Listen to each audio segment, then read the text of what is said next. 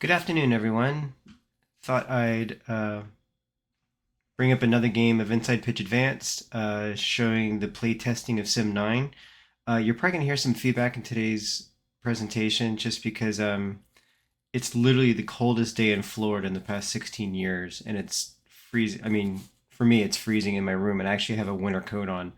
So I just tested the audio a little bit, and you hear stuff like, and you know what? You're just going to have to deal with it because it's freezing here. And yeah, we lost power last night when it was 26, 27 degrees. Came back on late this morning. Half our plants are dead, whatever. But it is what it is. And stay warm. So hopefully it warms up soon because this sucks. Anyway, so today's broadcast, I thought I'd show a 1980 game, my first one.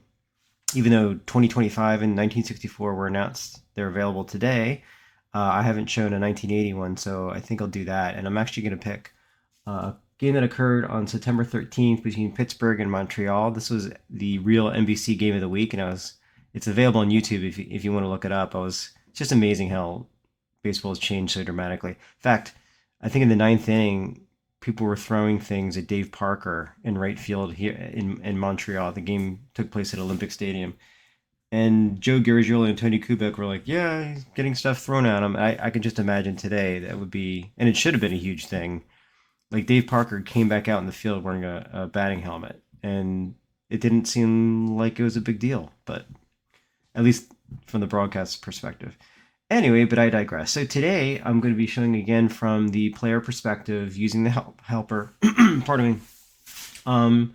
And what I really wanted to show was the helper aspect. What I've found is that perhaps my typical YouTubes are just kind of flying through the game, and since you have the helper too, you know what it's doing, and obviously that's not the case. So I really want to show and highlight the helper aspects to it and slowly go through that as opposed to whipping through a game. So a couple things have changed since my last broadcast, I guess a couple days ago, and we'll go through them if we hit them, but hopefully we actually hit a rare play today so I can actually show that system.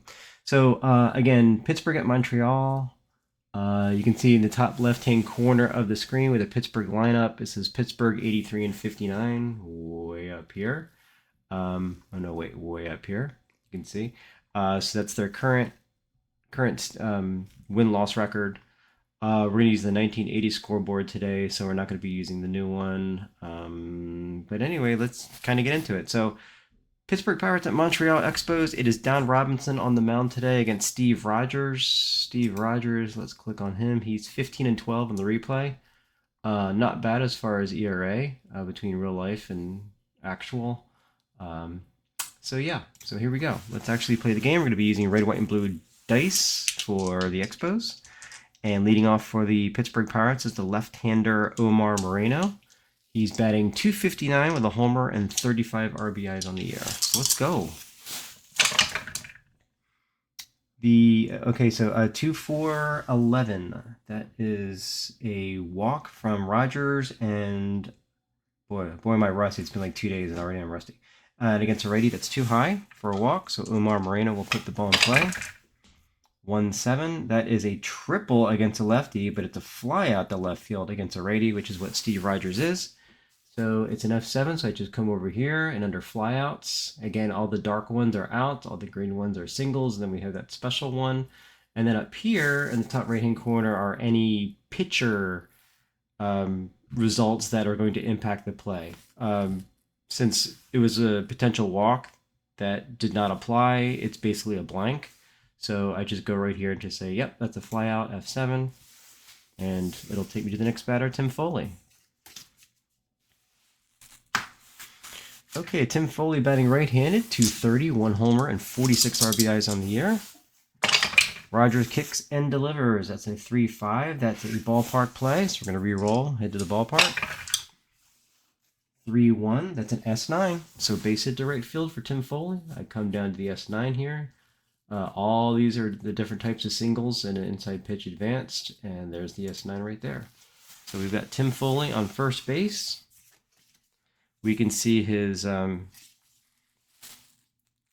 little tag here. Here's Tim Foley. Of course, under him is his base running and his attempts for stolen bases and 12s. Those are the raw ratings. If I look at the strategy roll, this is where it applies the attempts of 3, and Steve Rogers is a 0-0, so you can see it doesn't make any change, but you can see his chance for stealing second is a 3 or less. Obviously, stolen base of third or home does not apply, and then a hit and run is a 20, and a sac bunt is an N. Where the heck did I get sac bunt of an N? I think I need to change that. I'm going to make that into a dash dash. You can see I changed most of these to be not applicable, and so I think that's kind of an artifact there. So anyway, it just means no. He's not going to do a sac bunt. So, all right, so Dave Parker is up, and we'll do the 1d20. And it's a 13, so that does not fall in the range of a stolen base or a hit and run. So we're just going to swing away with Dave Parker, who's currently batting .301, 17 homers, and 82 RBIs. 8-5 on Steve Rogers is a strikeout. 8 against a righty is a strikeout, and we do a +1 for Olympic Stadium, so a 9 would have applied here as well. But Dave Parker goes down swinging, so I just hit the K button, and we move on to the next batter, which will be Mike Easler. Could have sworn Mike Easler at one point was a switch hitter, maybe in the future, but here he's a lefty. Maybe I'm wrong. So Easler, so against, all right, strategy roll, obviously a hit and run is not on, as well as a sac bunt. So the strategy roll is a 3 or less for a stolen base. Not happening here with a 16, so Rogers will pitch to Easler, who's having a really good year, 327, 17 homers, and 66 RBIs. And yeah, I'm just looking at, and of course I can click on Easler too. I can get all his data. Oh, look, in September, he's batting .400, all that fun stuff. Okay, so here's Steve Rogers, the pitch, 7-1 is a blank. So Easler will swing away. And that's a 2-1, that's an S4. So base hit through the infield past the second baseman. And this brings up the advancement past infielder chart, which is essentially a carbon copy of the chart that comes with the game. The nice thing is here, it'll remind you of what the advancement or what the result was. So there's an S4. So I know I'm going to go to the S4 column, and I know I'm going to look at Tim Foley to see if he moves from first to third, which is this area right here across the top. And he has a base running rating of 4. So anyone with a 4+ will make it to third. The other thing we have to keep into account is with 2 out, we have to add +1 to the base runner. So in this case, Tim Foley would be a 5. So he would make it anyway. But it just makes it easier with 2 out. Now, the game fills in if it's just base-to-base advancement. So what we have to do is say, okay, the batter is obviously advancing to first. That's not going to change. And then the runner on first, instead of just advancing to second, he's going to advance to third based on this result. And then I just say, okay. And ta-da, there's Easler on first and Madlock on third with 2 outs here in the top of the first inning. So this brings up Bill Madlock, 267, 7 homers, 61 RBIs, righty versus righty. Oh, so one thing I did change. As you can see, this is the pitcher statistics for the game. It keeps track of his batter's face. This is pitches and strikes. So it keeps track of the stats, and this is his up-to-date ERA. What did I change? Well, I added the BF pool rating. So I never used the pool rating, and I'm thinking about it now. I should. I don't know why I don't. I just never have. And I did always use the batter's face rating. So basically, this is just a countdown of what's on Steve Rogers' card versus what he's allowed to date. So when either of these things get to 0, we know that's when we need to take Steve Rogers out, according to the game rules. Of course, we can do what we want. You can play as you want, but I just kind of like having that auto manager take that decision cycle out of me, so I'm not basically changing the results of the game because of something I want. So this keeps me on the straight and narrow. So anyway, this keeps tabs, and so you can see exactly how many batters face he has left, as well as has his pool rating reduced to 0, and if so, that's when we need to take him out. Okay, so that's been added per Chris's request. So I thought, yeah, that's a good idea. I'll do that. All right, let's see. So here's Bill Madlock, Steve Rogers with the pitch. Runners on first and third and 2 out. 1-8. That is a potential strikeout. 12 is too high for Madlock, who really puts the ball in play. Good hitter, but also difficult to strike out. 1-6 for him. That's an S7. Look at that. So we get a base hit. We know the runner on third's going to score, but what's going to happen with the runner on first? So in this case, we've got the S7 advancement chart, or the runner advancement chart with an S7, so it's a single from first to third potentially. We take the 2 dice rolls, and again, this is a carbon copy of the actual chart, except obviously it has, here's how you can advance the runners. And then here's a play button, so if a play result comes up from column number 8, then we just click the play button, and then it'll bring up the play at the base chart. So it's automatic for you.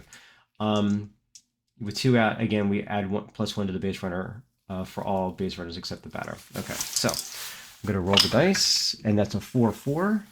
So this column, 4-4, it's essentially a hold. So he's not going to advance 2 bases from first. So it's first and second, the runner on third scores. And that's a ta-da moment, but the Pittsburgh Pirates take a 1-0 lead. Alrighty, so we've got Eastler on second, Madlock on first. John Milner is up to the plate. He's the first baseman, batting .249 with 10 homers and 30 RBIs. Rogers will pitch to Milner, the lefty, 7-7. That is a automatic out. A 6 on the 1D20. We take the column where the 6 goes to 4. Essentially column 3, so that's an automatic fly ball to right field. And there's the third out. And look, a customized background for the broadcast channel. Yes, these were just some screenshots I took today of that broadcast, that Game of the Week broadcast, just to add a little bit of color, flavor. And that's Andre Dawson heading back to the warning track in center field. All right. So at the end of a half inning of play, Pirates lead at 1-0. That was 1 run on 3 hits and 2 runners left on base. Where do I see that? Up here in the top right-hand corner. That used to just show the last result, and I don't know, big dumb deal I thought, so I thought I'd replace with that. Okay, so Rodney Scott is up. He'll be facing up against Don Robinson, who is 7-10 on the year with a 3.99 ERA. In the real life, he was pitching a shutout in this game, so he was pitching really well. Rodney Scott batting .238, no homers, and 51 RBIs. The pitch from Robinson is a 4-8. That is a blank. Rodney Scott says, I'll hit that. Switch hitter, 7-1. That's a pop-up to the second baseman, Garner. So I'm searching for the P4. I got the pop-out section. These are the foul pop-outs. And then these are the regular pop-outs, or the P4. That brings out Roland Office, batting left-handed. Roland Office batting .245, 2 homers, and 37 RBIs. Righty versus lefty here. Robinson peers in and delivers, 5-5. That is a blank against a lefty, which is what Roland Office is. Righty would have been a strikeout, potentially. So that's a blank for Roland Office. And 6-8 is an automatic out to the 8 column, which is an F7. So the putouts, F7. Move on to the next batter. 2 outs now. And that brings up Andre Dawson, real life, 308, 17 homers, 87 RBIs, age 25. Here, 275, 8 homers, 77 RBIs. So he's a little low in the homers, but doing well in the RBIs, and actually a little low in batting average too. Just want to see, how many stolen bases does he have? Let's see, he has 25. Okay, and I see that right here, 25. 25 stolen bases, 34 in real life. Here's the pitch from Robinson. A 3-2, which is a blank. Robinson pretty much say, hey, Expos, do what you want. And they are obliging, 5-5. That is a G1, so ground ball right back to Robinson. Flips it to Milner, and that is, where are my G1s? There we go. And that's the third out. So we will head to the top of the second inning. Pirates 1, Expos nothing.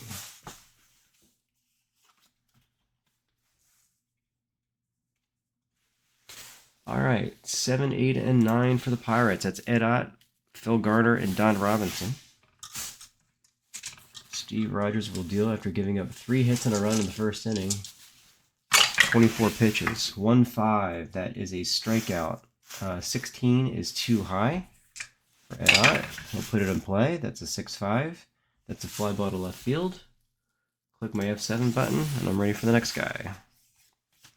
Phil Garner, batting .276, 11 homers and 73 RBIs. He hit 5 home runs in real life. Wow. Go Phil, go. Steve Rogers with the pitch, 4-1. That's a blank. Phil Garner says, I'm going to hit this out of here. Watch. 6-5. That is a G4. Spurrier symbol for the hit and run, but that's not applying here, so it's a regular G4. And we move on to Don Robinson, who is a pitcher hit card of 8. So that's essentially, I'm a good hitter, even though I pitch. Steve Rogers with a pitch. That is a 6-8. I'm sorry, distracted there. 6-8, question mark, 19 against a righty. Actually, he is a righty. He bats right. Too high, so we're just going to go to the pitcher card. And that's a 1-6, and that's a ground ball to the second baseman, Rodney Scott. Flips it to Montañez, and that's the third out. We head to the bottom of the second inning. It's still Pirates 1, Expos nothing.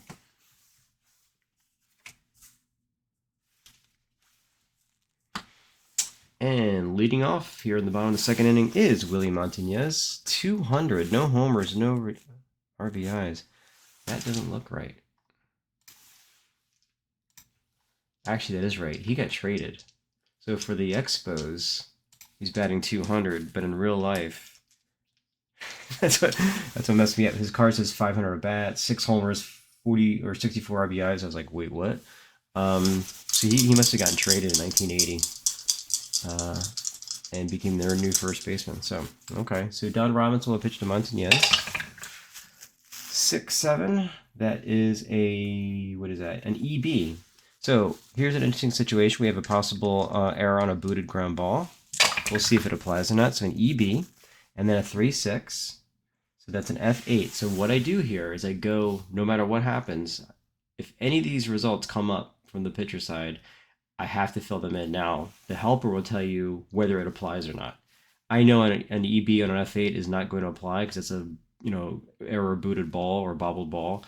On a fly ball, that's not going to occur, but I get in the habit of doing this anyway because the game's going to tell you, not really tell you, but it's going to, once I hit F8 here, just moves on to the next batter. So it basically what it's saying is like, doesn't apply, let's move on. But obviously there will be times when results do apply, and that's when it will help you. But it'll only help you if it knows that, an EG or an ET, was rolled. So that's why you have to get in the habit of making sure you click any of these. And of course, any result that occurs on the pitcher card, like a strikeout that actually falls in that 1D20 or the walk that falls in the 1D20, you would apply it here as opposed to moving to this section, which is all batter results. Okay, so hopefully that was clear. All right, so Don Robinson will now pitch to Gary Carter. 1 out here in the bottom of the second inning. Robinson delivers. That's a 5-5 against a righty. That's a strikeout. And a 3 will fall into his range. So here we go. I'm going to click the K in the pitch results. And that's a second out. Warren Cromartie now stands in, batting left-handed. He's batting at .292, 8 homers, 64 RBIs. .288 real life, 14 and 70 RBIs in real life. Robinson kicks and delivers, righty versus lefty, 2-3. That's a range play of a 12. 1D20 of a 5 says yes, it is indeed a range play. So I'm going to be clicking that range play button. 2-3 is a automatic out 4, and that's an F8. So I go up here, and here's my RP, my range play. I say, yep, this is a range play. And then I go to my F8, which is the result from the batter card. And the helper comes out with, okay, roll 1d8 against the fielder's range, and it fills that in for you. It's hit to Omar Moreno. You can see here, his range is a 6, but the game fills it in for you, so you don't have, it's right there anyway, but this play, for this reason, you don't even have to look like which outfielder was it hit to again, or anything like that. It's just right here. So his range rating is a 6, so I'm going to take the blue die, see if he makes the play or not. It's a 2. He makes the play, so it falls within his range. It also says if it's a failed range play, the roll of the 1d20, and it takes the pitcher's RP2B rating and fills it in. So we see here it's a 1 to 9 if it falls within that range. Again, you can find this off the card. quite easily off of Don Robinson's card to see his RP2B rating, but it's actually right there, 1 to 9, but the game fills it in for you. So a lot of times it won't apply, but especially with fielders, you have to go through the other team's lineup, like what fielder was that, unless you write it down somewhere. And of course, that can change as the game changes as well. And of course, there are certain results that could change, as well. Anyway, so this is just showing how the helper makes it easier for you. I rolled a 2. It's less than his range rating. Marino's got great range in center field. And so it's a successful range play. So I fill in the play here. Whenever the window pops up, I do not go over here because I've already done this portion. And then I say, okay, successful. And I say, okay. And that's the third out. And there's Andre Dawson making the play from the previous screenshot. Okay, so Steve Rogers will come back on the mound again. He'll be facing the top of the order, Omar Moreno. And I can see here, if I look at Omar Moreno, today he's 0 for 1, and in the first inning he flew out to left field. So adding a little color to the games, you can see his results quite easily. So Rogers will pitch here in the top of the third to Omar Moreno. That is a 5-7, and that is an EV, okay? And we have a 2-2, so it's an RS8. Now, what the game will not do is you have to be able to determine the actual result off the cards. So we know like an RS8 is a runners in scoring position play. There are no runners in scoring position, so when there are no runners in scoring position, it doesn't apply at all, so it's just a straight S8. So I say EB, and then I say it's an S8, and I roll D1D. So this is an S8 to center field with a possible error. So an EB with a single does apply. An EB with an F8 does not apply, like we had last inning. So roll 1D20 versus the fielder's error rating of 7. And what I can use is the 1D20 that's already been rolled. That is a 9, so it's above his error rating, so no error on the play, and it's a regular advancement. So again, anytime these pop up, you put the play in here, and I say okay. And there's Omar Moreno on first base. He got a single. Possible error, but it did not occur. Alrighty. So now, Omar Moreno's on first base. You can see that strategy roll kicked in. And wow, the hit and run rating for Tim Foley is 14-17, sac fly is 18-20. So we know something's going to happen here because Omar Moreno has an attempt rating of 14. Rogers is 0-0, so it doesn't affect him, but we know something's going to happen here on the strategy roll. Something's going to be happening. A 5, he's going to be going. So Omar Moreno is going to steal. We see his steal rating is 15. Now, he's at the bottom of my stack of the lineup here, so some people play, like RJL plays with the cards on the base pass. I don't like doing that. I like having the helper, so I just use the helper for this thing.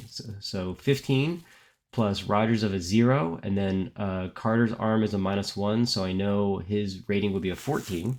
And again, it's all right in front of you, so you don't have to go back and whose card was that and everything, like, and try to find these things. So he steals on a 14 or less. And it's a 16, you get thrown out. So what do I do? So I say, okay, I go to the stolen base. So with runners on, we have an additional row here of things that can occur, including hit and run, bunts, sack bunts, stuff like that. So here it would be a stolen base, caught stealing play. So I hit that, and then I have to tell it which one happened. And by the way, this is using my old purple kind of framework or color scheme. I'm getting rid of it. I'm gonna kind of go with the muted, just because I don't think it makes sense to have all these kind of muted colors on purple. Anyway, so this is a screen that I haven't changed yet. But anyway, so runner first steals second. No, he didn't do that. He was caught stealing. So runner first caught stealing, and here you can have the shortstop dropping the throw, as well as an error on the throw. So runner goes to third on the overthrow. But in this case, it's just a straight up caught stealing. So I say okay, and it's going to get rid of Omar Moreno. Ta-da! Okay, so. And I'm about to move to Tim Foley, but Tim Foley is still up. So we have one out here. Steve Rogers will pitch to Tim Foley again. And that is a 5-8. That's a wild. Nothing on a wild because no one's on base anymore. So we rolled on Tim Foley's card, and that is a 5-2, and that's a regular G4. Click on the G4, and that is my second out of the inning. Okay, Steve Rogers will now pitch to Dave Parker. He struck out his first time up. 7-6. That is a K against the lefty, which is what Dave Parker is, and that's a 1. He's going down swinging. So I can look here and say, okay, Steve Rogers has 1 K on the day. If I click K again, it's going to give him 2, so that I can say, hey, that's Steve Rogers' second strikeout of the day. And we're going to head to the bottom of the 3rd inning. The Pirates still leading 1-0.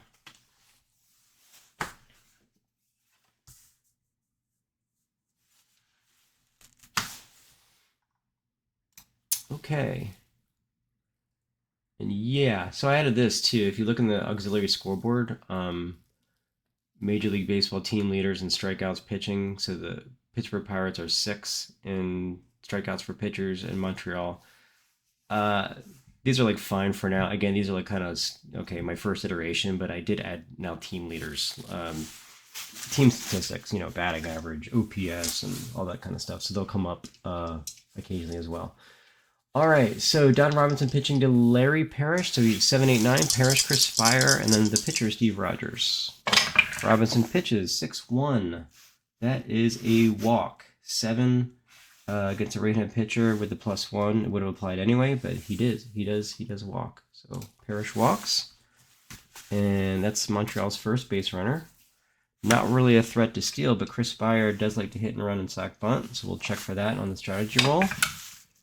And that's a 6. We can see in the strategy roll it does not fall in the range of anything, so it's just a regular at bat here. And again, these are all calculated. Let's see, 5-5. For Don Robinson is a strikeout against a righty. That's what Spire is, but 18 is too high.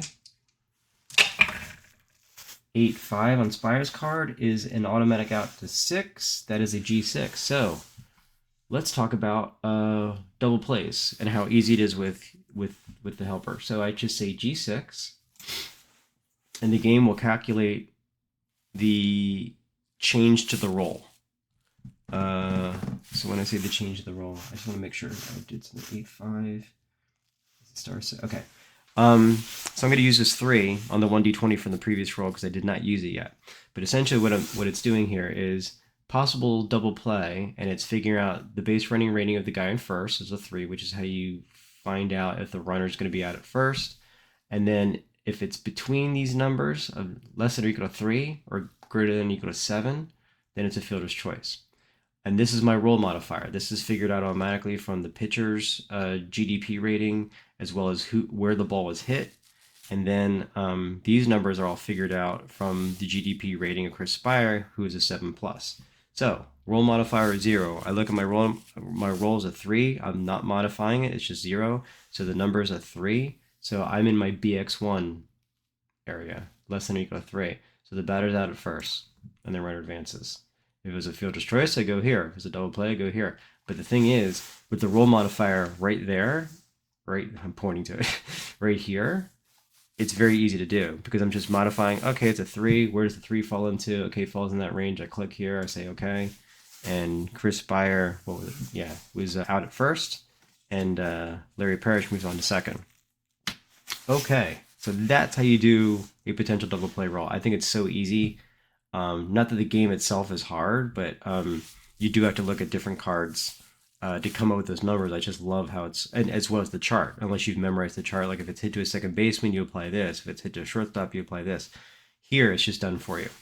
Okay, yet the cool part is you're still playing a cards and dice game. I don't know. That's why I built this, because those are the two things I like. Cards and dice, as well as, slap me in the face and make it readily apparent, like what I need to do. And so that's kind of what it's built for.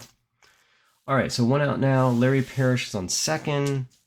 We have Steve Rogers up. If I do have Steve Rogers' card up here, so I can see, like, is he sack bunt guy? And actually he is, of 3-20.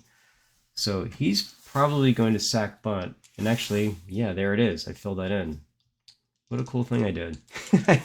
Sometimes you forget what you put in. So anyway, yeah, 3-20, he's sack bunting. So this should be interesting as well. So it's a sack bunt. So when a sack bunt occurs, you first roll on the pitcher card. And that is an 8-7. And that's an automatic out. So this happens so infrequently for me. I think we just ignore it because it's a sack bunt. but I'm gonna double check just so I don't mess up anything. So bear with me here. On a sack bunt, use batter's range. Yeah. Okay, sack bunt. I know everyone watching this is like, Craig, here's what you do. I know how to do this. And I'll be like, yeah, I got you, babes. Let's see, strategy roll. Strategy. Here we go. Not stealing, sacrifice bunts. Okay, so pitchers, yeah, so all Ks and all HBP, question mark, check these if error in range. All other outcomes from a pitcher's card are disregarded and go straight to the bunt attempt. Now, what's funny is this goes back to what I've forgotten I've done. So if I go, you know what? I don't think you can sack. Can you sack bunt? I think I see an error here. I got a bunt, but I don't have a sack play, so that's a bug. If you can still potentially sack bunt with a runner on second, and the game thinks you can, so I think I messed up somewhere.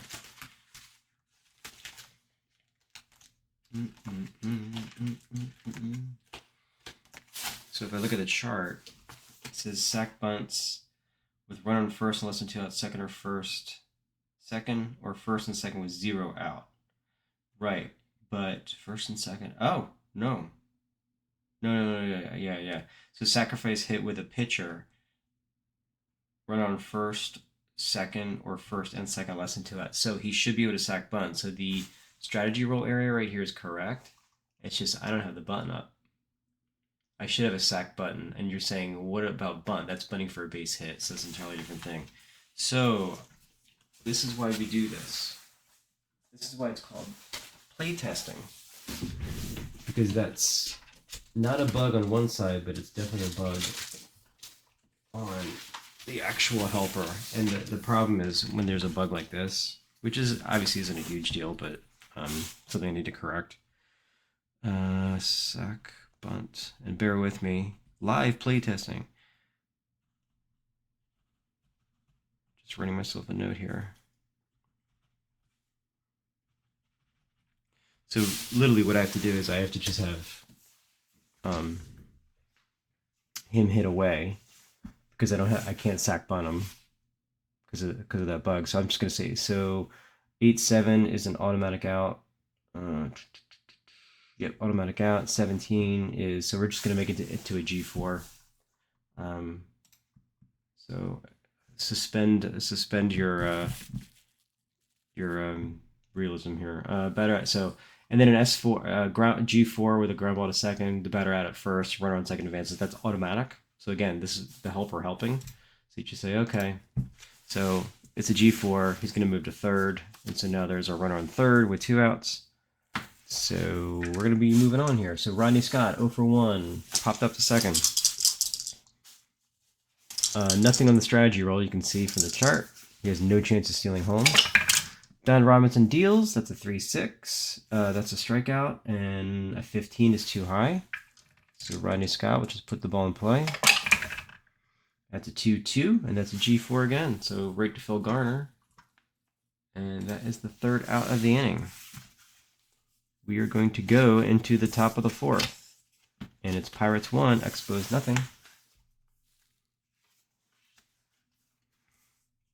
Leading off for the Pirates will be Mike Easler, Bill Madlock, and John Milner.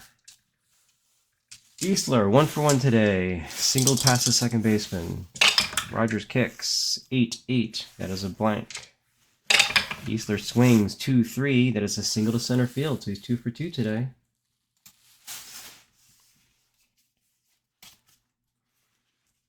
Up steps Bill Madlock with Easler on first. There is a potential for some strategy roll, so we'll click here. That's a 20, so he's going to hit and run. Oh, so yay, we have a hit and run. So what do? It's kind of the same thing. So we do roll on the pitcher side first, and I'm going to do that here. That's a 7-8, so that's an EB. This could get exciting. So here's what I'm going to do. I click hit and run, and up steps this little guy that pops up. So hit and run effects. GDP rolls reduced by 10. We add 3. So these are all the kind of things.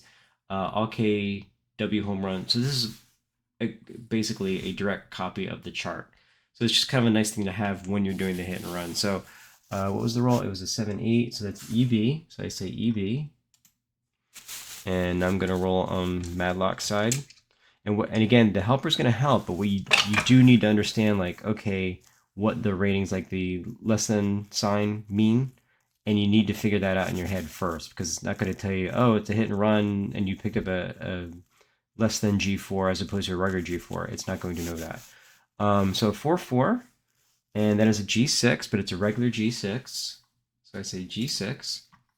Now, the game realizes the hit and run is on. Why? Because I've clicked it. So I'm going to roll 1d20 versus the fielder's error rating, because remember, it's an EB. And so you can see ground ball to shortstop, EB, EG, EFG error. So it knows an EB occurred. And my number, let's see, I did the 4-4, which is G6. So here's my 6. And his error rating is a 9. So that's an error, a booted ball. So the hit and run was on, it's a booted ball, and he advances a base. So the error overrides the thing. Now, should he advance to third because the hit and run is on a booted ball? I'm going to say no, but that's the kind of thing where I get an email later from Chris who says, hey, he should advance to third or something like that. I'm like, ah, crap. I need to fix it. Anyway, so Chris, if and when you watch this, let me know. Okay, let's see. That brings up John Milner, who, hey, look at this. He's been struggling in September, only batting 190. So it's first and second. Let's see, with nobody out, and that'll bring up Milner. Potential for a stolen base of second, but obviously the guy in second has no chance of stealing third, so Madlock ain't going, but we could potentially have a sacrifice here if we roll a 20. And we do not, so Rogers will just pitch to Milner, and that's a 3-4, and that's a blank. Milner swings on a 2-4, that's a G1. So, okay, do we have a double play here? So G1, and again, we've got that roll modifier. This time it's -3. Hit right back to the pitcher, combined with the pitcher's GDP rating. And we've got a 13 number here, but I'm modifying it by -3, so it makes it a 10. So if it's 3 or less, it's a BX1. If it's greater than 14, greater than or equal to 14, it's a double play. But in this time, it falls within that 13 minus 3 equals 10, so it falls in the fielder's choice range. And again, figure it out for us. I don't have to belabor the fact and look at different cards and where was that guy? Oh, he's the guy on third, whatever. It's just all done for me. So first and third now with one out, they're going to play back for the double play. I know runs seem to be at a premium here. But I think they play back for a double play with Edot up and then Phil Garner on next. And Edot is 11 plus GDP, which is fairly average, I'll say. All right. So Rogers will pitch. Runners in first and third, one out. 7-5. That is a range play 13. 20 is too high, so there is no range play. Edot swings 5-8. That's a G4. Might have gotten exactly what they needed. So G4. You can see if I made the infield in, it would actually bring the infield in chart on the first and third. Please disregard this area, the blue here. I got to fill that in. But yeah, so the infield is back. But if I had the infield in, I'd be using the new chart that's included. So let's see. So what do we got here? 1d20 roll of 15. There is no roll modifier, so that is a double play. Son of a gun. So Steve Rogers got exactly what he wanted. 15. Why? Because it's greater than or equal to 11. And we're not modifying that 1d20 roll at all. So again, easy peasy. Hey, Steve Rogers, you got out of that inning just like you needed to. All right. So we are headed to the bottom of the fourth. And that'll bring up Roland Office, Andre Dawson, and Willie Montañez. Meanwhile, Robinson is having a good old time pitching. 4-8 is a blank. Roland Office, 4-1. That's a G4. Lots of ground balls to second base today. Garner picks it up quite easily. He's got it. Tosses him out. Here's Andre Dawson. He's 0-1. Grinded out to the pitcher his first time up. That's a 6-2. Against a righty, that's a strikeout, which was what Andre Dawson is, 15 or less. I'm sorry, 15. That's too high. Dawson swings. That's a 3-2, and that's an automatic out to the 6, which is a ground ball to the shortstop, Tim Foley. And that's a second out. All right. This brings up Willie Montañez. Not hitting the leather off the ball there. 6-8 from Robinson is a walk. 3 is a walk. So that is Robinson's second walk of the game. Second base runner, I think. And that'll bring up Gary Carter. We do have a potential of a stolen base if he gets a 1 or less. What do you do? I always like to see my videos later, like, why are all my cards like off shifted, rotated just a slight bit? 8 is too high, or 8, yeah, too high for the stolen base. So Robinson will just pitch to Carter. He looks over at Montañez, who's not going anywhere. And that's a 1-7 against a righty. That's a potential home run. Okay, so we've got runners are on, empty on, yeah, so it's a +1 to his rating. Oh, well, look at this. If you look at Gary Carter, he's basically, I hit the home run no matter what there, pal. And so Gary Carter hits the ball out of here. And so much for that no-hitter, huh? Yeah, I was thinking about it. 2-run shot, and boom, we've got a completely different ball game here. 2-1 lead now by the Expos. And Don Robinson wants that pitch back. He will now face Warren Cromartie. That was Gary Carter's 21st home run of the year. The kid. All right, so Robinson will now pitch to Cromartie, who's 0 for 1, flew out to center. That's a 6-8. That's a potential walk against a righty. That is a walk. You can't expect Don Robinson not to be shaken up a little bit, so we'll give him a batter for the walk. But now he's got to face Larry Parrish, who is 235, 11 homers, 51 RBIs. Potential for Cromartie to steal, so we'll see. Nope, he's not going anywhere. Robinson will pitch 4-4. And against a righty, that's an automatic out. 17 falls into his column 7 range of a G4. And that is the third out. But Gary Carter coming up with the big dingbat and gives the Expos the lead here. We'll head to the top of the 5th. It's Expos 2, Pirates 1. 1980s baseball. Certainly a lot different than 2024 baseball. Good grief. Okay. Rogers will face Garner, and then the pitcher, and then Omar Moreno again, top of the order. So Garner steps up 0 for 1, grinded out to second, just like everyone else has today. 8-2 is a blank. Steve Rogers has a new lease on life. He's loving life right now. He's ready to go out there and impress his parents. No runners scoring position. That's an automatic out, so that's a G3. But we need to see if the 1D20 falls within his. Oh, they're both 10 and 5, so it does. So he does keep that conversion, where he keeps the positive. So the star 1 is a G3, and Steve Rogers keeps it that way due to his role with no runners in scoring position. There you go, G1. Okay. Actually, it was a G3. Oh, well. Well, we laughed, we cried. Okay. And no, my undo button doesn't work yet. LOL. So that's why I didn't undo it and just say, hey, convert that into a G3. But no harm, no foul. All right, Don Robinson is up. He is a pitcher card 8. He grinded out to second his first time up. And 2-8, that is a strikeout. 16 for Don Robinson he is a 16, so yeah, he strikes out. And that's Steve Rogers' third strikeout. And that will bring up Omar Moreno. 1 for 2 today. He did single, but he did get thrown out trying to steal second. Rogers will pitch to Moreno. 5-5. That is a blank. Moreno swings 1-4. That's a fly ball to the center fielder, Andre Dawson. Parks under. He's got it. And it's funny because literally there he's got it. Wow. Am I Nostradamus or what? So we're going to head to the bottom of the 5th. Expos still leading 2-1.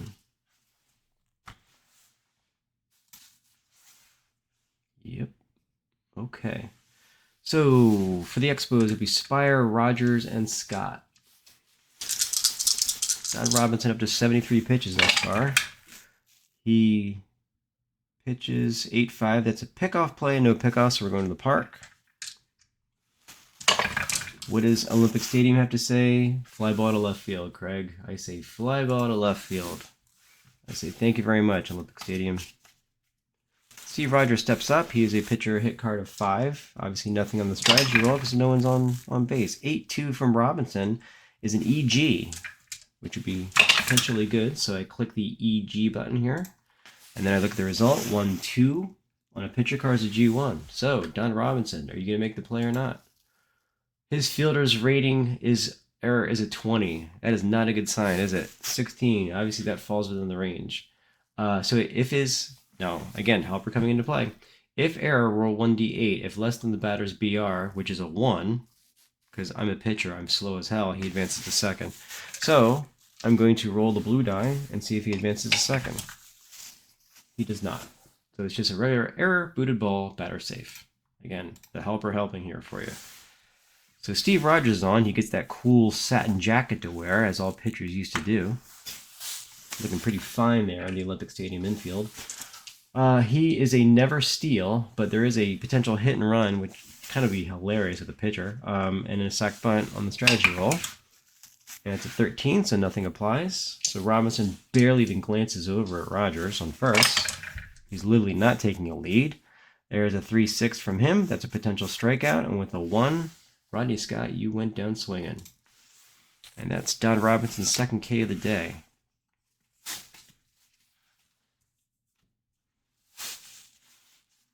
Okay, this brings up Roland Office now with 2 outs. Nothing going on in strategy. Steve Rogers hasn't even stepped off of first base yet.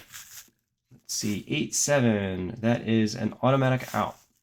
Yep, 8-7, automatic out. 1 falls into the G3 range, and it's a ground ball to the first baseman. And there's Steve Rogers talking to the umpire. I don't know what about. But there he is as he steps off at the end of the 5th inning. Actually, oddly enough, he's talking to the umpire and was stepping off at the end of the 5th inning because he wasn't even pitching. But go figure. All right, let's see. We are headed to the top of the 6th inning. It is 2-1. And a little thing I like to do is I can actually call it the box score in the middle of the game. And, of course, it's like live. But here, if you see right here, that's my time of game. So I know it's taking me it's literally taking me 43 minutes from my first play. So I know how long it's taking. And so can you. All right, so 43 minutes in, we're in the 6th inning, so it's pretty much taking me about an hour to play, but then again, I'm broadcasting. Obviously, it's a little bit different if you're just playing at home by yourself. I think it would go faster. All right, so Rogers is now pitching to Foley, Parker, and then Easler. Righty, lefty, lefty. Steve Rogers from the full windup. It's a 5-1 that against a lefty, automatic out, but Tim Foley says, haha, I'm a righty. Puts the ball in play, 8-2 against a lefty. Once again, Tim Foley says, haha, I convert that to an S4. So it's a single past the infielder, past Scott. I look for my S4. There you are. And that puts Foley on first. And that is the tying run on first base here in the top of the 6th inning. And we have some potential stuff going on with the strategy roll. So we'll take a look-see at that. That's a 15, nothing going on. So we're going to let Dave Parker swing away. Rogers deals, 7-2. Oh, error on a throw, potentially. Well, that could get interesting. ET.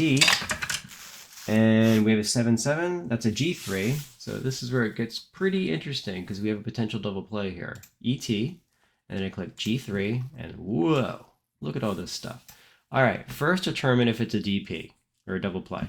My roll modifier is a -1. It's a 7, so 7 minus 1 is a 6. So we're falling in the fielder's choice range. Okay, if no GDP, roll against the original fielder only. Who is that original fielder? I already forgot. Well, it's written right here in the title to the window itself. So it's a ground ball to the first baseman. So I'm going to check if the first baseman made an error on my fielder's choice. So one thing I do have to do is original fielder and pivot fielder's error. So original fielder, actually, look, it listed it for me, 6. It just may not be readily apparent. So if you read here, if GDP roll 1d20 versus original fielder, I should actually put that in here. See where it says 6 and 9? That's the original fielder's error rating, and then the 9 is the pivot fielder's error rating. It should be smart enough to put if no GDP roll against the original fielder only, and then put parentheses 6. So that's something of note there. And I go down here, and there's Montañez. There's his error rating of 6. So yep, it is filling it out correctly. Okay. So I see, does he make an error? 6 or less. He does not make an error. Okay, so it's just a regular fielder's choice. If throwing error occurs, well, it didn't. So runner on first, out at second, because we went into the fielder's choice. Runner first, out at second. Doom. Okay, so again, helpers helping. That would have been a lot of lookups for me. Maybe not for everybody, but for me, that would have been a lot of lookups. Okay, so Parker's on first with 1 out. And I got to be honest with you, this is really cool because we're running into a lot of different things here. So it's kind of highlighting, hey, why would you want a helper? This is exactly why I want a helper. Otherwise, I'd be like going through the rule book constantly. Oh, ground ball to, runner on second, ground ball to second base, or ground ball to the shortstop. What do I do there? Does he advance? Does he not advance? But it's all right there. Okay, so Dave Parker, he's been red hot in September. Great.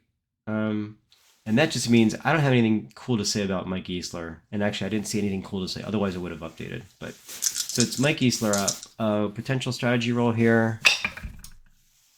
4, too high. So Parker's almost stealing second, but not this time. So Rogers will deal to Easler. And that is an 8-1. That's a blank. And that's a 3-3 on Easler's card. That is a hit and run G6, so it's just a regular G6, and we may have a double play here. The roll modifier is a 0. It's a 6, so it falls in the fielder's choice range, so that's easy. Here's my fielder's choice, and that's the second out. That brings up Bill Madlock. 1 for 2 today, singled to left and hit into an error by the shortstop, Chris Fire. Okay. Let's see, strategy roll, 2 or less. He's going. He's not. Rogers will pitch to Madlock. That is an 8-6. That is a potential strikeout.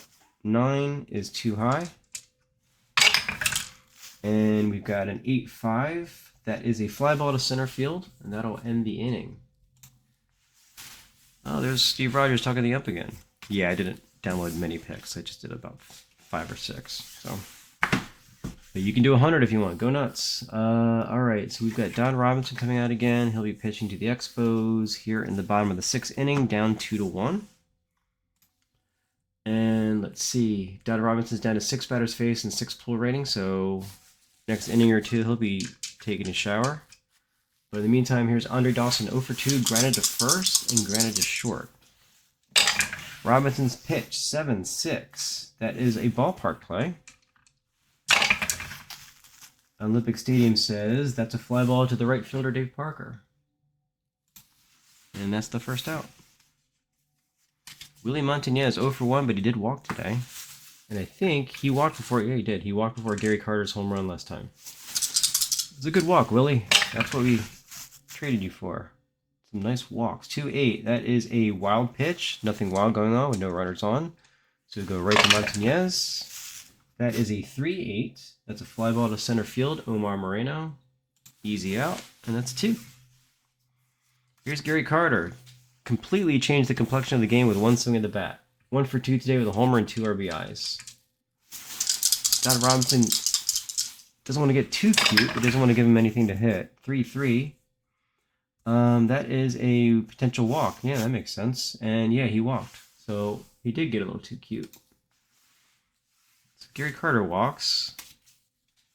Here's a base runner for you. Pardon me. That will bring up Cromartie. Carter is a 1 to steal. Not going anywhere. Robinson, 101 pitches now. 5 2/3 innings. Only that 1 hit and 2 runs. But he did walk 4 batters. 1-5. That is a strikeout. 11 is too high. Cromartie swings. That's a 6-6. That is a no runners in scoring position S1.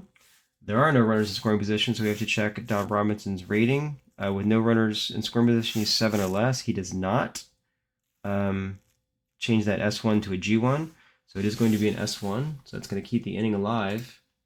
And an S1 with the runner on first is Gary Carter. He's a 3. You can see right here he's a 3. S1, he's going first to third on a 5+. There are 2 outs. So we need to add 1, but that's just going to make it a 4. So he needs to be a 5. So we're going to do station to station base running here with Gary Carter. And it's just going to be first and second. That brings up Larry Parrish, and this could very well be with 2 batters faced left for Robinson and a 4 pull rating numbers left. This probably will be his last. Or maybe he could slink into the 7th and pitch to a batter. Highly dependent what happens with Larry Parrish here. Strategy roll, nothing's going on because Carter's not going to be stealing third. And we have the pitch from Robinson as a 3-4. That's a potential strikeout. And a 10, that is a strikeout. So Robinson comes up big against Larry Parrish. And wow, they have a lot of stolen bases. Is that true? Sorry, I gotta double check that. Yeah, holy moly. Omar Moreno's 114 stolen bases. Going nuts, pal. But yeah, they have 235 stolen bases on the year. Okay, I saw that graphic. I was like, wow. And even Montreal? Let's click on Montreal and see what they're doing. Stolen bases. Yeah, Ron LaFleur, 92. 54. Jeez, man. You know, 1980. That's a fun year, man. All right, so I'm sorry, what happened? 3-4. Oh, it's a strikeout. That's right. I got distracted. Okay, so that's probably going to be it for Don Robinson, and especially he's the 4th. He's due about 4th, so probably going to be it for him, unless they go 1, 2, 3, and maybe he will. Whoa, maybe he will show up there in the bottom of the 7th, but probably not. All right, we are here in the top of the 7th. Expos clinging to that 2-1 lead. Steve Rogers back on the mound. He's got gas in the system here. He'll face Milner and Garner. Milner's 0 for 2. The pitch, 1-7. Hit by pitch -1. His hit by, where is it? Hit by pitch is 0. Yeah, he's not hit. John Milner says, I don't like to get hit. He gets out of the way in time. Next pitch he swings. 6-7 is a fly ball to the center fielder, Andre Dawson. And that's the first out. Here's Ed Ott, 0 for 2 today. Flew out and grind into a 4-6-3 double play. Rogers pitches 3-3 is a potential strikeout, and he does go down swinging. That 1 on the 1D20. Not going to help Ed Ott at all. So Steve Rogers mowing him down. Had the 1 hiccup in the first inning where I think it was 3 singles in a row. You can see Phil Garner's 2 for 13 against him. That does not include today's game, so he's 2 for 15. So yeah, Steve Rogers says, oh, there's Phil Garner. I like pitching to him. 1-6. Range play on a 13, but unfortunately for Rogers, we have a range play. 6-3. No runners on. It's an automatic out to 1. Oh, and this is one of those things where the range play is going to overdo it anyway, so we disregard the change. So again, this is kind of what you have to do in your head. But when we have a no runners in scoring position or a runners in scoring position play that will apply paired with the range play is going to overrun it anyway. So there's no need to go through the process of what is Steve Rogers 1-20. So anyway, so I'm just going to say, okay, so it's a range play and an N1 is a G3. Range play, G3, that's Willie Montañez. So I roll 1d8 against the fielder's range rating, which is 4. And also it knows the home team is, I should say on the field, is on the field. Roll of 8 is successful range check. Okay. It's a 5. That's outside the range. So it's a failed range play. However, now we look at it. If it's a failed range play, we roll the 1d20 against the RP2B number. It's a 12. His range is 1 to 9, so it's not a double. It's just a regular single. Failed range play, single 3. Again, that's why you have a helper. All right, so that brings up Don Robinson. And Don, you have very little in the tank, so we're going to pinch hit for you, babes. So who are we going to bring up against Steve Rogers? Looking for a lefty, potentially. Someone who pinch hit against righties a lot. Bill Robinson, although he's not a lefty. Lee Lacy, even though he's not a lefty. We got Willie Stargell. Do we do Willie? Not really looking. Well, I guess a home run would be beneficial. Yep. All right, so we're going to do Willie Stargell. Had 202 at-bats on the year. So we're taking the batter card, so the batter's pitching card off. And up steps Pops. So I go here, and I go to right underneath Pittsburgh. I see pinch hit, pitch run. I click on that. And Garner is on first base. He plays second base, and here's the pitcher, Don Robinson. So basically what I do is, if it's a batter, I keep it on fielders. If it's a pitcher that's replacing somebody, I have to go to pitchers only. I may change that, I may not, I don't know. But so you just have to understand, like, when I click here, I'm seeing all the batters. If I were to go to pitchers, oh, look at that, that's weird. Well, it knows, anyway, it knows that I can't do that because I'm pinch hitting or pinch running. Why would I look at a list of pitchers? So it kind of threw up there. All right, so fielders, Don Robinson, looking for Stargell. There he is, and it fills it in, and I just say accept the changes,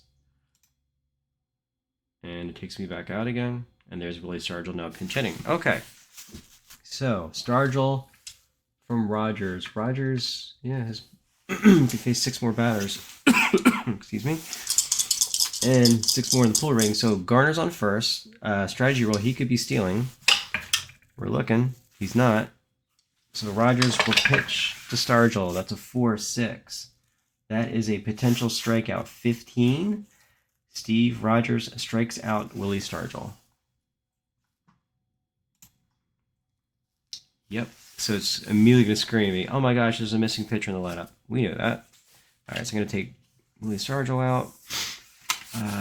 And so what I have to do, I say, okay.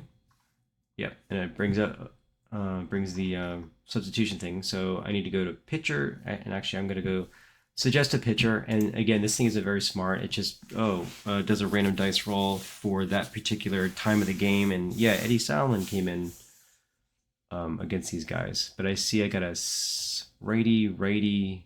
So I'm probably going to be looking for a righty here, which I think Solomon is anyway. But let's find Eddie Solomon here.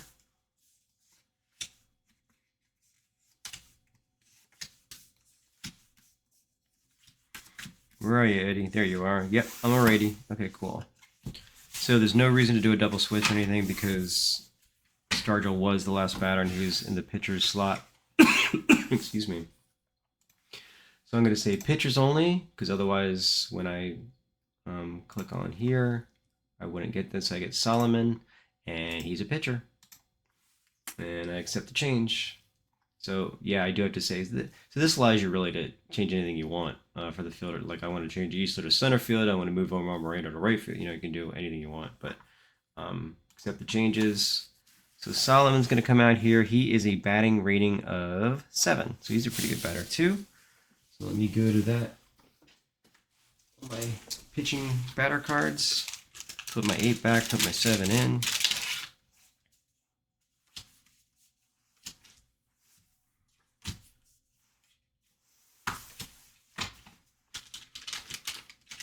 Okay, Stargell's back to the bottom here.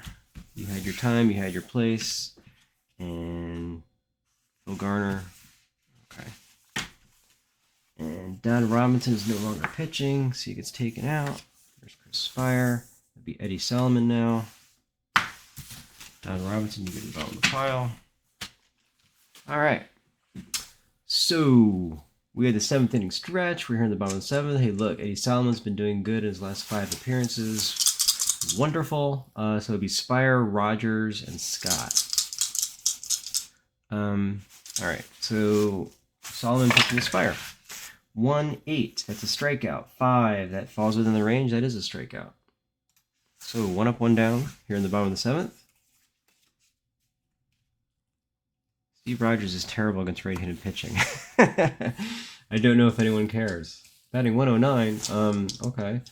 Let's see. Are we going to keep him in? See, this would be interesting because it should have the intelligence to show, but I don't know how many batters he's faced, and I don't know how many. I think he can last 1 more inning, but it should show that. It's another thing to think about. just to make it easier. All right, so Solomon's gonna pitch to Rogers. 8-5. That's a blank. It's basically saying, here, Steve, with your 109 batting average versus righties. That's an F9. Told him to go nuts. Steve Rogers tried to go nuts, but unfortunately was unable to do so. All right, so here's Rodney Scott against Solomon. Pitch from Solomon is a 1-8. That is a potential strikeout, and a 1. Yeah, Solomon has a successful inning here.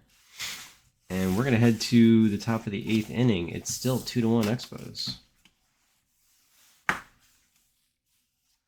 So yeah, Dick Williams here decided to bring Steve Rogers out again for the 8th inning, facing the top of the lineup. Oh, yeah, you could face 5 batters with a 6 pull rating. So I was smart, but we shall see. He's been mowing down the Pirates here, although Omar Moreno owns him and went 1 for 3 today.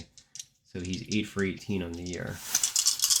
All right, so Omar Moreno, you do not want to let him get on the bases. 1-1, potential strikeout. He goes down swinging. Steve Rogers, I tipped your cap, or I tipped my cap. That's your 6th strikeout without a walk. 1 out here in the top of the 8th. Tim Foley up, hard to strike out. 4-3, that's a blank. Foley's 2 for 3 today. 8-3, that's a fly ball to the center fielder Dawson. And that's a 2nd out, so Steve Rogers just continues to mow these Pirates down. That'll bring up Dave Parker, struck out 2 times and also hit into a fielder's choice. Steve Rogers with the pitch. That is a 1-6. That's a range play on a 13. That's too high, so no range play. Here's Dave Parker. That's a 2-5. That is a line out to the first baseman. So gets a hold of one, but Montañez steps in front of it, and that's the 3rd out. We're headed to the bottom of the 8th. Expos 2, Pirates 1. We've got a barn burner here.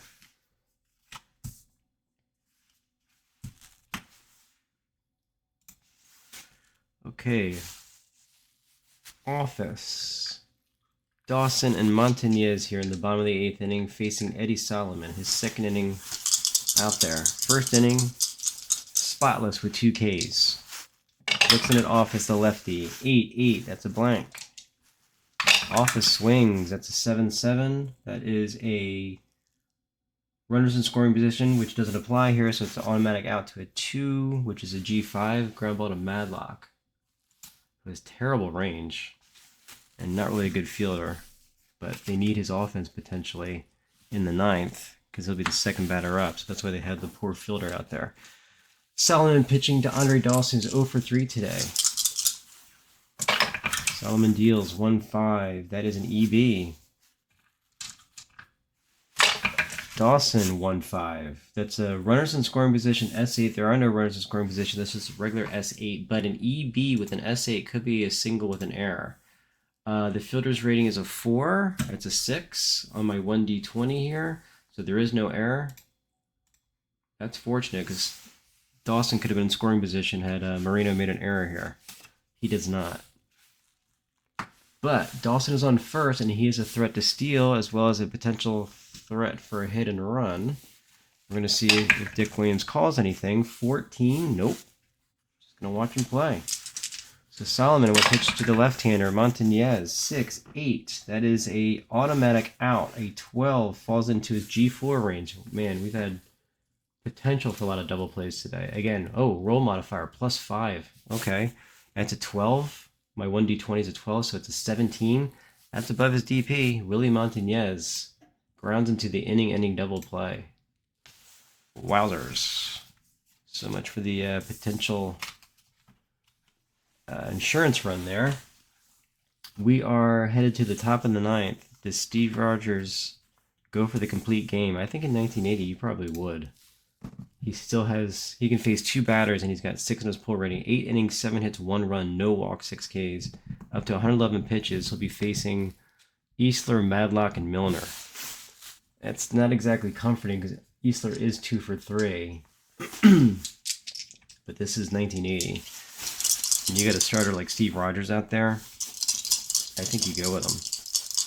So, Steve Rogers, top of the ninth inning, 2-1 lead. The pitch, 2-1, strikeout, 7. That is a strikeout, and that's why you leave him in there. First out, that's his 7th K. Brings up Bill Madlock. He of his terrible range and poor fielding in general, but he's 1 for 3 with a single. Also got on base with an error and flew out to center. Steve Rogers peers in, looks in at Madlock. Delivers 6-5. That's a potential strikeout. 10, however, is too high. Madlock does put the ball in play. 2-4. It's a fly ball to left field. Cromartie parks under it. He's got it. And actually, what I should have done. Well, I was going to say, my third baseman here, Larry Parrish, range of 1, error of 13. Probably would have thought about bringing in, but I'm looking at the team chart, and there's just a string of 1s, except for this Mills guy, who's a 3 range with a 6 error. But I don't know who he is. Hey, Mills. Are you in here? Hey, Mills. Mills. Let's see. Yeah, there he is. Brad Mills, 23 years old, 60 at bats. Bet at 300. I don't know if you do that. Well, maybe you would. I don't know. I think for now we're just going to keep it as is. We're already 2 outs. That would be embarrassing. We don't want to embarrass Larry Parrish. Hey, Larry, get off the field.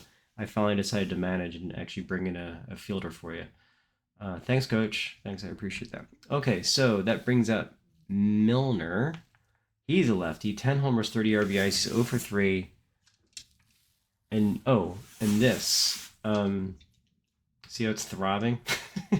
I have no other word for it, but I changed it so when the game determines that the pitcher should be taken out either because his batter's face is empty or his pull rating is empty, down to 0, it's going to try to remind you like, hey, pitcher, you should be taken out. So I'm thinking, do I take out Steve Rogers? He does have 2 rolls here that are strikeouts that could convert into home runs. But you know what? He's been the man all day. We're going to chance it. Just like we're chancing with Larry Parrish at third. Here's the pitch. You got to be kidding me. Oh, gosh. Okay, 2-2 against the lefty. That's a walk. And that is a walk. John Milner will take the base. Thank you very much. So now it's starting to get interesting. The red around here basically tells you the same thing. I don't know if I'm going to leave that in there. It's kind of a remnant. I kind of like the throbbing Rogers button here. This brings it, so I don't know. Ed Ott. Okay, so those Expos. Is this just like one of those years where they just didn't have anyone in the bullpen? Which everyone's like, hey, when are you guys going to get a closer? And every year they never really got a closer. They have Woody Fryman, they have Stan Bonson, Elias Sosa, Fred Norman, Charlie Lee, Ross Grimsley, who was terrible, Bill Lee. Now we're getting to starter territory. We got David Palmer, barely relieved, Gullickson. Yeah, now we're in... So Woody Fryman, 40-year-old lefty, and actually would be interesting because Ed Ott is a lefty, but then you have to figure there'll probably be pinch hitting. He did have 17 saves. Steve Rogers is screaming, saying, I've got gas in the tank, man. But against, let's see, Ed Ott, and then we've got Phil Garner. I'm actually going to let him pitch to one more guy, I think. 122 pitches. But you know what? That's all they did, right? It's 1980. All right, so Milner's on first. There is actually a strategy roll here of a 1, but he's not stealing. So, whatever, dude. Steve Rogers, arm is screaming, literally throbbing. You can see it on the field here. 4-2.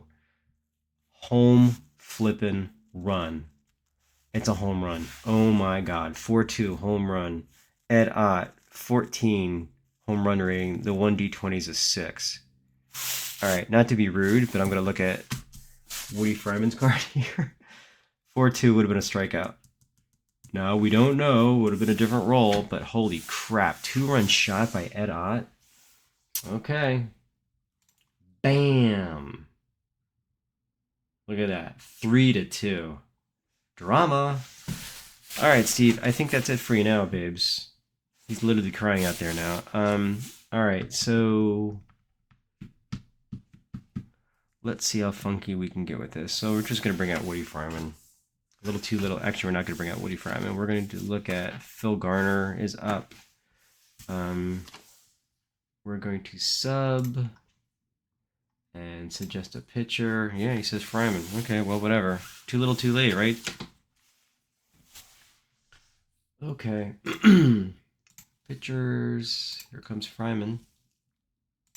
Put me in, coach. Should have put me in one batter before. Yeah, I should have. All right, so here's Phil Garner against Woody Fryman. Now with the Pirates having a 3-2 lead by Mr. October for Mr. September, Ed Ott. The pitch from Fryman is a 2-2. That's an EB. And 7-3, F7, so an EB with an F7. It doesn't do anything. And that's the third out. And there's Steve Rogers yelling at the umpire for telling Dick Williams to keep him in the game. 3-2 Pirates. We're headed to the bottom of the ninth inning. Eddie Solomon's been fantastic. He'll be facing Gary Carter, Warren Cromartie, and Larry Parrish. And he actually does have gas in the tank. He's pitched really well. But I'm going to say they're probably going to bring Tekulve in, who I knew did not have a great year, but isn't he still the man? So I'm going to see suggest pitcher. Oh, he says Enrique Romo. All right, well, let's see. Let's see what the cards say, because I think this is a Kent Tekulve moment.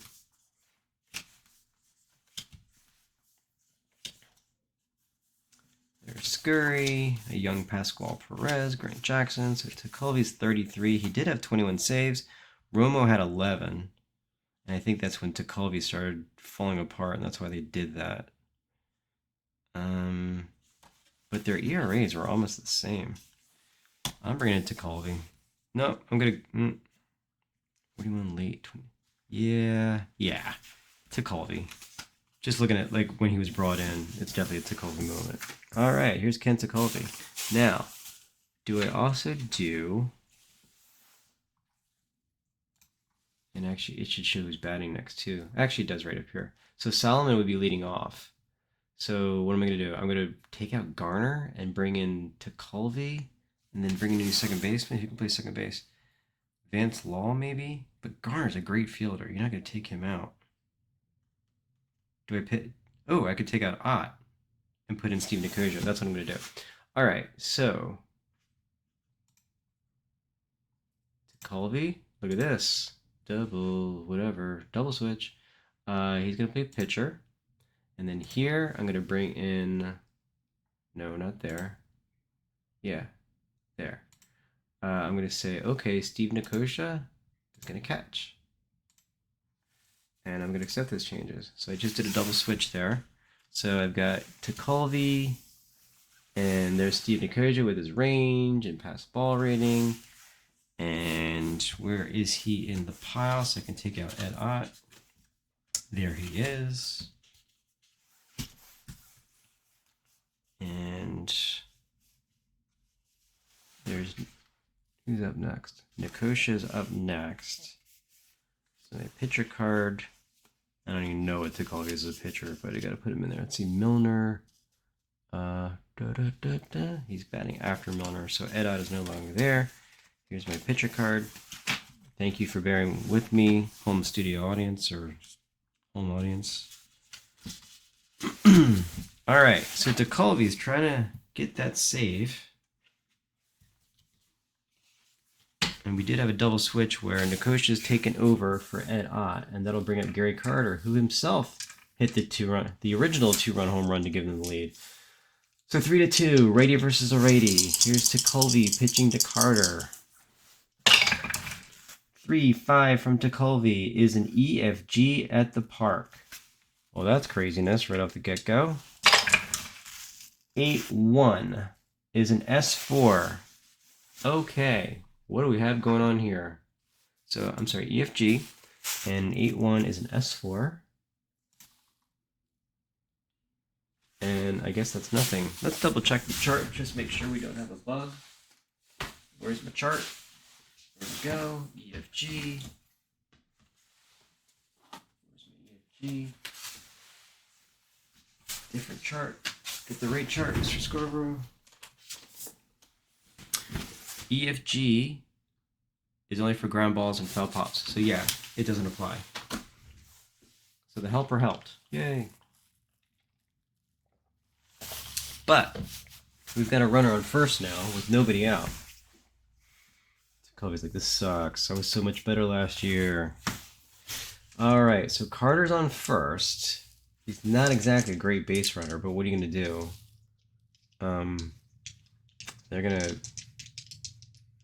you could bring like someone like Tim Raines or something crazy. Or Ron LaFleur. I don't know what happened to him. He played like a ton of games. He's a 5. Plus he steals bases like crazy. And then who would play catcher? Ramos, Tamargo, or Macha? How much, we got a score here, right? So Ron LaFleur. It's like playoff game here. Let's see. So LaFleur is going to replace Gary Carter at first. Pinch hit, pinch run. And LaFleur. Okay. There's LaFleur. Look at that strategy roll. It's changed. Takoi's like, you gotta be kidding me. I gotta deal with this guy now. So pinch hitting or pinch running is LaFleur. So we're gonna check that strategy roll.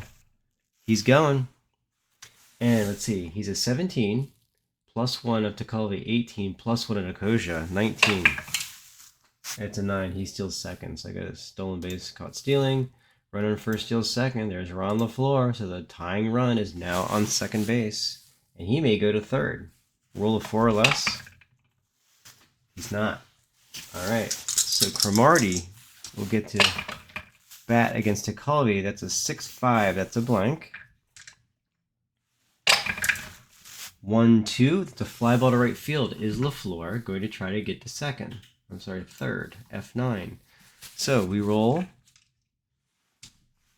these two guys. That's a 6-5. An arm rating of 5 or more. He holds. His arm is a 6. It was hit to Parker of all people. Holy crap. Batter out. Runner on second holds. All right. Ron LaFleur says, I am not challenging Dave Parker's arm. And that's smart. Okay. That brings out Larry Parrish. 234, 11 homers, 51, 0 for 2 today with a walk. Again, is LaFleur going to try and steal third, wreaking havoc? He is not. Tekulve will pitch to Parrish. 1-6. Walk. 16, too high. Parrish puts it in play. 6-2. Against a lefty, that's a ground ball. Against a righty, that's an S4. Base hit, I'm going to think that LaFleur is going to score on an S4. He's 3+. LaFleur scores. We get a tie ball game. Son of a cracker. 3-3. Drama. All right. So we've got Chris Fire up. Woody Fryman. So there's Larry Parrish. He's not really fast either, but we don't really have another third baseman except for that Mills kid. We're going to leave him in. Tekulve's going to just pitch to Spire, I guess. Runner on first with 1 out. There is a potential here on strategy roll. 18. That's a sac bunt. Really? Okay, well. All right, so here's the helper again. So on a sac bunt, you can kind of do it one of two ways. You can do the K walk because there's potential there, but I just kind of like hitting the sac button. And it kind of shows you which ones can apply. So I'm going to roll 1d20, or actually I'm going to, no, I'm going to roll the 20. No, what am I doing? Sorry. I'm going to roll the whole shebang. There's Tekulve, 3-7-3. So that is an ET. Well, that's attractive. Okay, so we got an ET here. We don't know where the ball is hit. So what we do, look at all these options. Craziness. It's a 4, so it's hit to the first baseman. We're going to assume he was in. So, roll 1d20 versus the fielder's error rating of 9. Okay, so we're going to see that. It's a 19, so there is no error. If no error, consult the chart for the result. So, okay. Let's see. Spire's bunt rating is a 4. Hitter bunt rating is -2 in, so it's now a 2. No, that's base runner, I'm sorry. -1, so it goes from a 4 to a 3. Okay. And we roll the number. It's a 4 and 3 bunt rate, and it's a good bunt. So good bunt sack is the top one. You can see all these awful things that can happen.